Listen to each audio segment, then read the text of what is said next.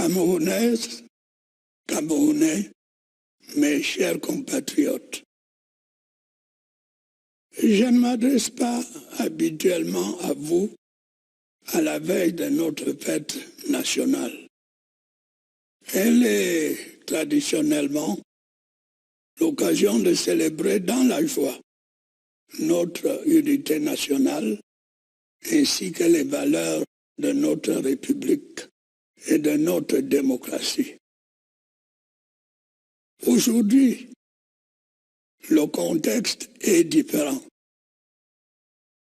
Comme la plupart des pays du monde, le Cameroun est atteint par le Covid-19.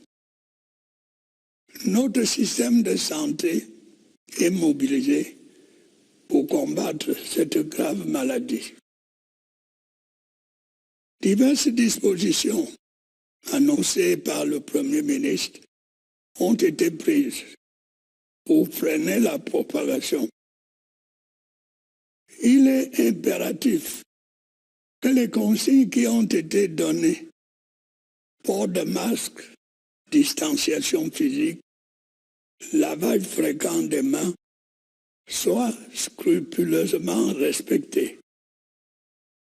Il y va de la santé de tous et de chacun.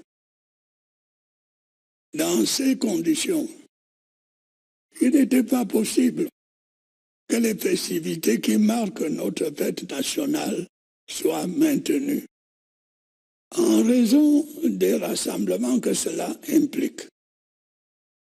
Ce n'est évidemment pas de gaieté de cœur que j'ai dû prendre cette décision. Mais ma préoccupation principale étant la protection de la santé de mes compatriotes, il n'y avait pas d'hésitation possible. La plupart d'entre vous ont bien compris que devant le danger sournois que représente le Covid-19, il convenait de mettre de côté les querelles politiciennes et de présenter un front commun. Certains dirigeants politiques qui n'appartiennent pas à la majorité gouvernementale se sont exprimés dans ce sens. Je les en remercie. Nous avons eu également la satisfaction de recevoir l'aide et les encouragements de pays amis, d'organisations internationales, des dirigeants d'entreprises nationales et étrangères, ainsi que de diverses personnalités comme M. Jacques Ma de la Fondation Alibaba. Je veux ici les remercier en votre nom. Mes chers compatriotes, la première chose que je voudrais vous dire en ce jour est de ne pas céder à la panique et de ne pas croire les fausses informations véhiculées par les réseaux sociaux notamment. Le défi est certes grand, mais nous sommes capables de le relever ensemble, comme nous l'avons fait en de nombreuses autres circonstances. Je veux aussi que vous sachiez que le gouvernement, sous mon impulsion, fait le maximum possible pour nous sortir de cette grave crise sanitaire. Comme je l'ai dit, les mesures de protection ont d'ores et déjà été prises pour contrer la propagation du Covid-19 sur notre territoire. Malgré cela, le nombre de personnes infectées augmente de jour en jour, apportant la preuve que la lutte contre cette pandémie est complexe et difficile.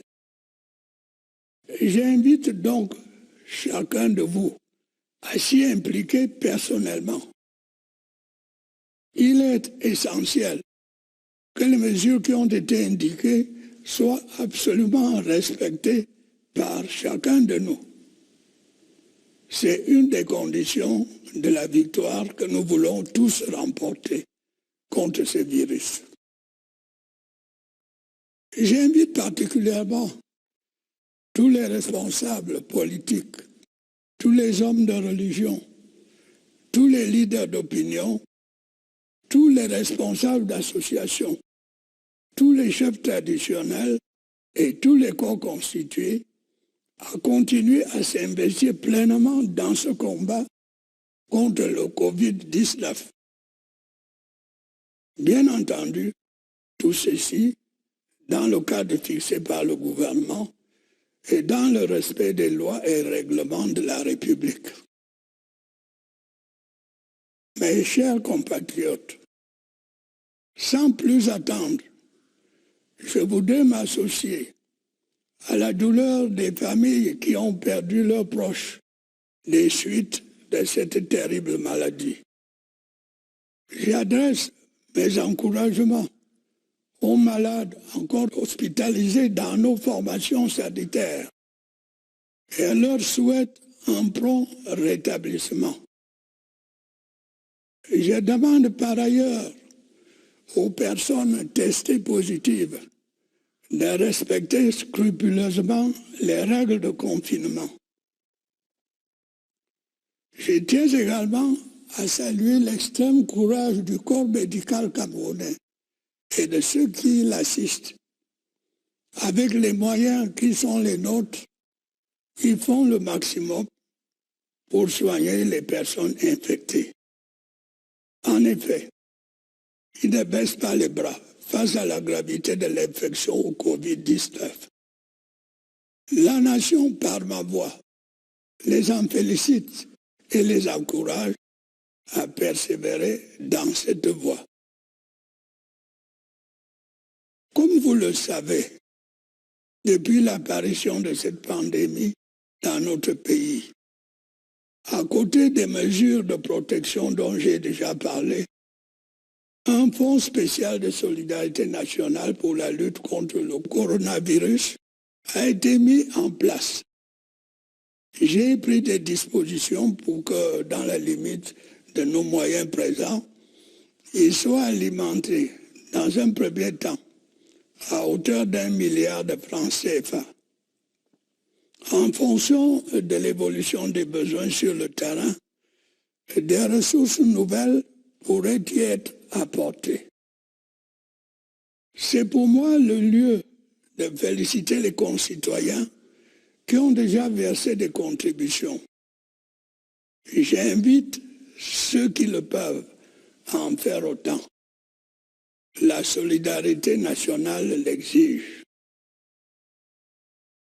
Dans le combat qui est le nôtre aujourd'hui, le gouvernement s'emploiera à poursuivre la lutte contre toute instrumentalisation ou exploitation politique, économique ou sociale de cette tragédie.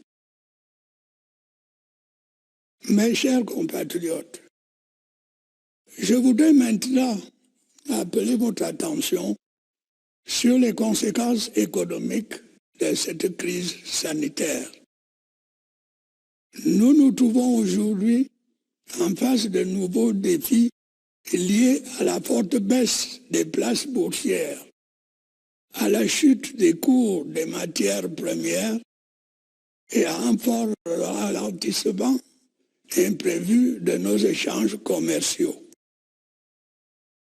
La pandémie du coronavirus a donc un impact négatif sur l'économie mondiale ainsi que sur la nôtre.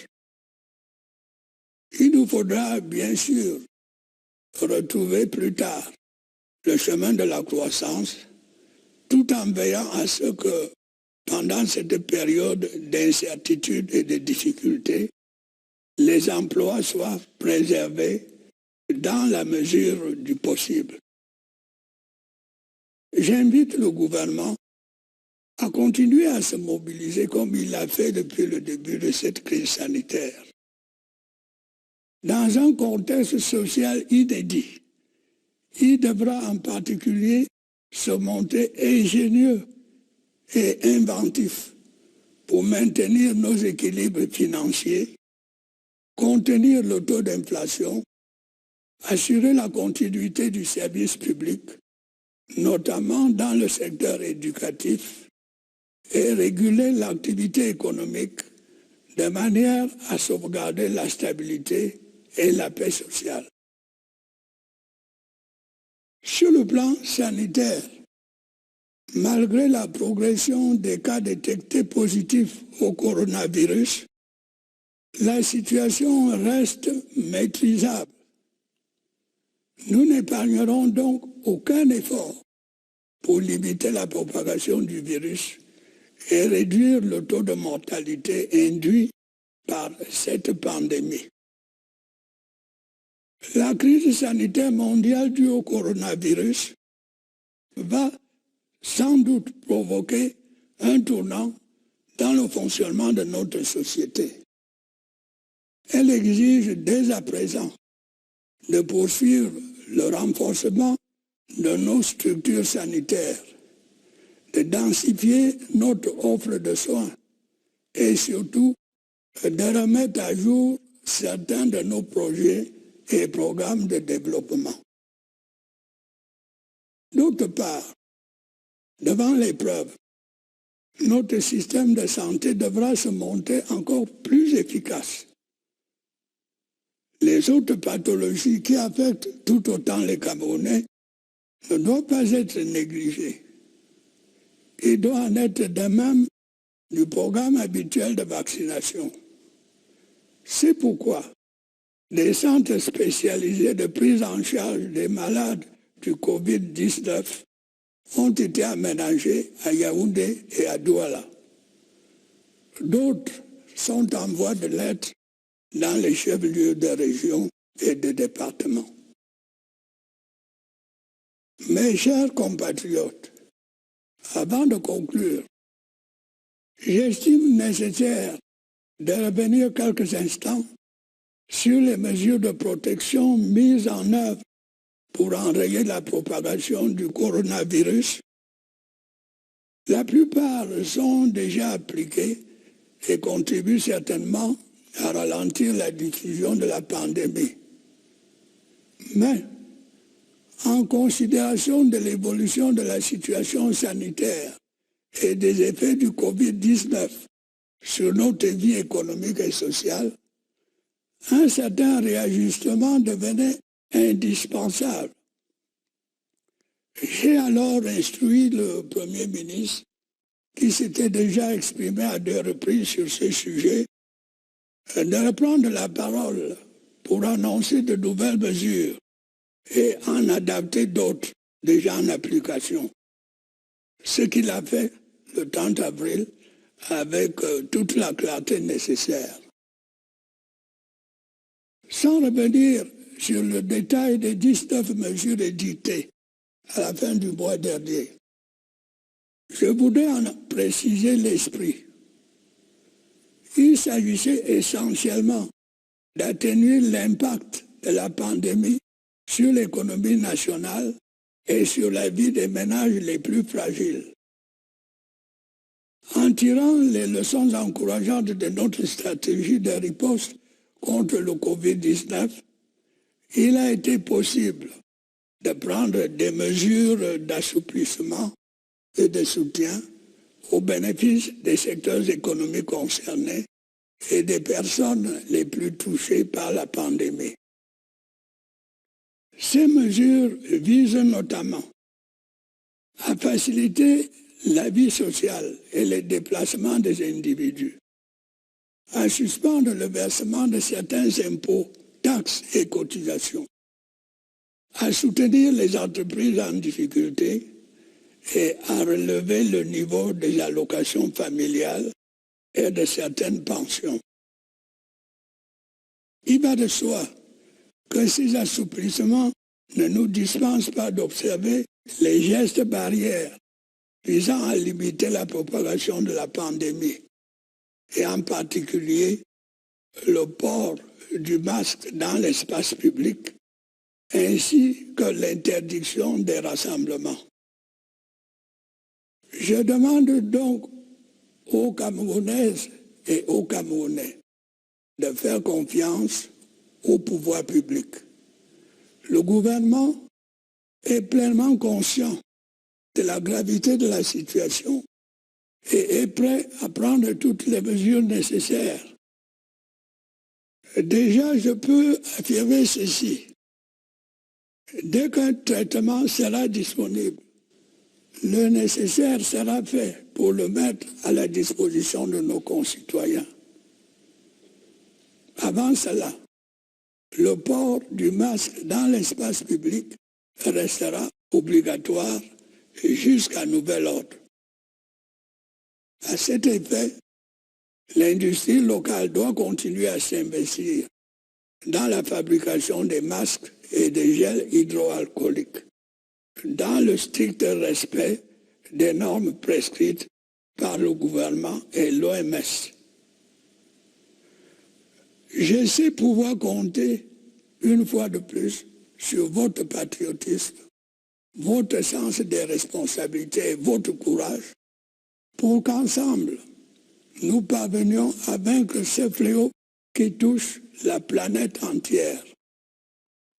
Dans ce cadre, évitons de stigmatiser ceux qui sont atteints par la maladie.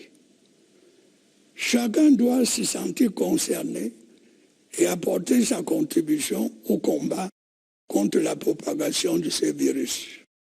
N'oublions pas que la négligence d'une seule personne peut nuire gravement à l'ensemble de la communauté.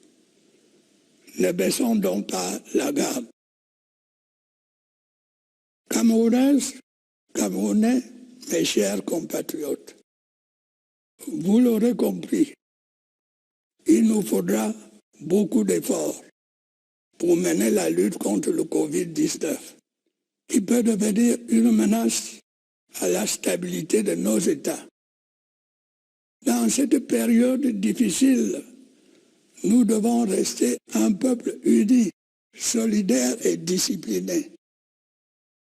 J'en appelle donc à une sorte d'union sacrée de toutes les forces vives de la nation pour combattre la pandémie du coronavirus. Je salue à ce propos une nouvelle fois l'attitude de la quasi-totalité des dirigeants politiques et des autorités religieuses qui ont accepté de se joindre à ce combat national. J'encourage également tous les efforts visant à mettre au point un traitement endogène du Covid-19. Consacrons toutes nos énergies à la lutte contre cet ennemi commun. Vive la République, vive le Cameroun.